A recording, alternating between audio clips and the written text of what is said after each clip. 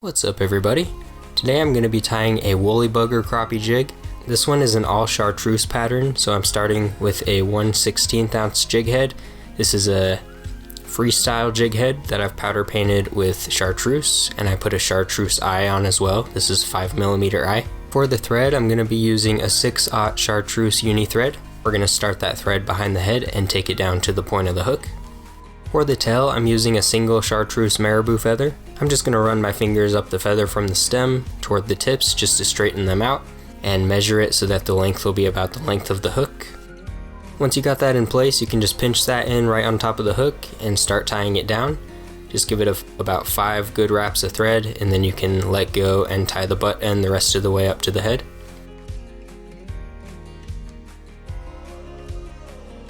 Once you get up to the head, you can pull that butt end and just clip it off as close as you can.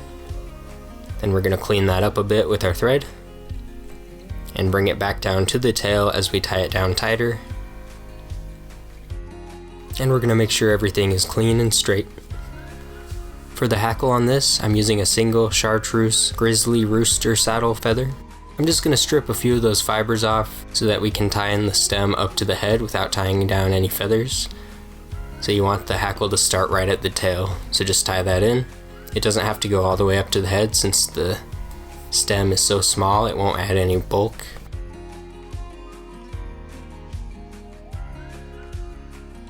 And for the chenille, I'm going to be using this new age chenille. This is Mellow Yellow in size 2 medium. So I'm just going to grab a little piece of that, tie the tag end in at the head, and then tie the main chenille down to the tail.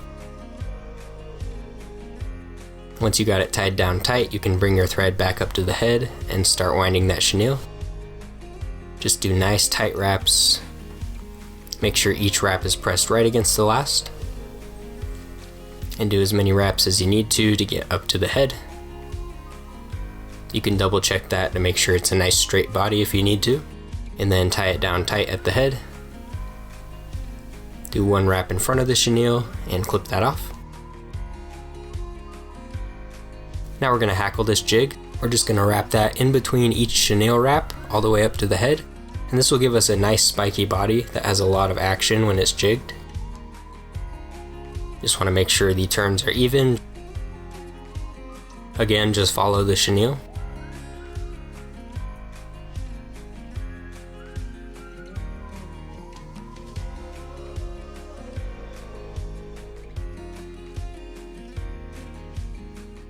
And once you get that up to the head, you can tie it down tight.